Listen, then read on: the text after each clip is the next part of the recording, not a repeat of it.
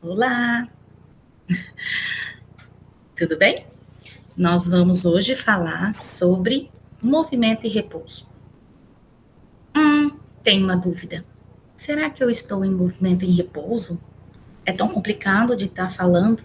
Eu, como professora de física, não sei como resolver. Mas essa aula vai nos ajudar, né? Como resolver essa situação. Então vamos lá, galera. Let's go! Eu sou a professora Fabiana e hoje a nossa aula de física vai falar sobre movimento e repouso. Bom, como é que os nossos olhos podem nos enganar? Veremos esse vídeo e você vai me dizer se engana ou não. 3, 4. 1, 2. 1, 2. Sobe, desce. E subindo de novo. E 1, 2. 1, 2. Descendo e subindo e pronto. Lá, lá. Observe como os músculos se desenvolvem rápido. Não foi tão difícil, foi? A pergunta é: você aí na sua casa, né, assistindo as nossas aulas, está em movimento ou em repouso? Eita, lasqueira!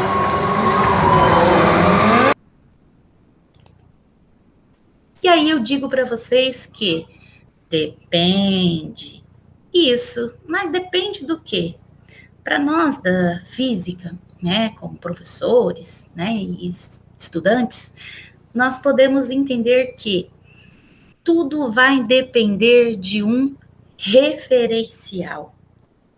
Se a gente adotar um referencial, a gente consegue responder essa pergunta. Então, sempre que formos falar de movimento e repouso, necessitamos de um referencial, porque o movimento e o repouso são relativos. Essa relatividade do movimento nós vamos estudar aqui hoje, a partir de um simulador que vai representar para vocês duas situações de movimento e repouso. Primeiramente, nós temos que dizer que depende do referencial. Então, o referencial é algo que a gente precisa adotar. A relatividade do movimento é nesse sentido. Quando o corpo muda a posição em relação à vizinhança, dizemos que ele se move. Então, a partir daí, assista o vídeo e você vai verificar que, se acaso a posição da pessoa ou do corpo modificar em relação ao seu referencial, indica que ele está se movendo. Se a posição entre o corpo e o referencial não mudam, indica que esse corpo está em repouso.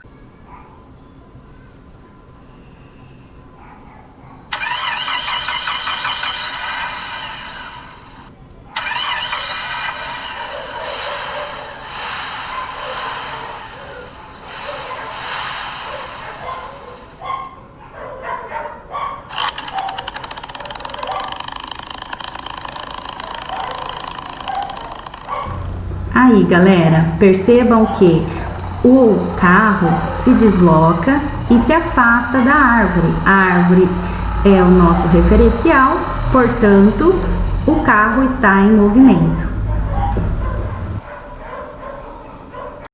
Agora, você já sabe como a gente pode dizer se o corpo está em movimento e repouso. Mas existe ainda um conceito, que esse conceito é chamado de simultaneidade. Se um corpo está em movimento em relação a outro corpo, este corpo estará também em movimento em relação ao primeiro.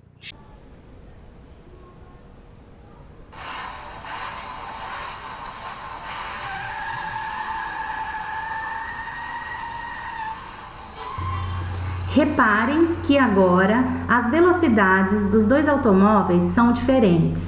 Portanto, a distância entre eles é diferente e eles estão em movimento um em relação ao outro. E isso também vai acontecer no caso do repouso. Se um corpo estiver em repouso em relação ao outro, isso indica que também estará em repouso.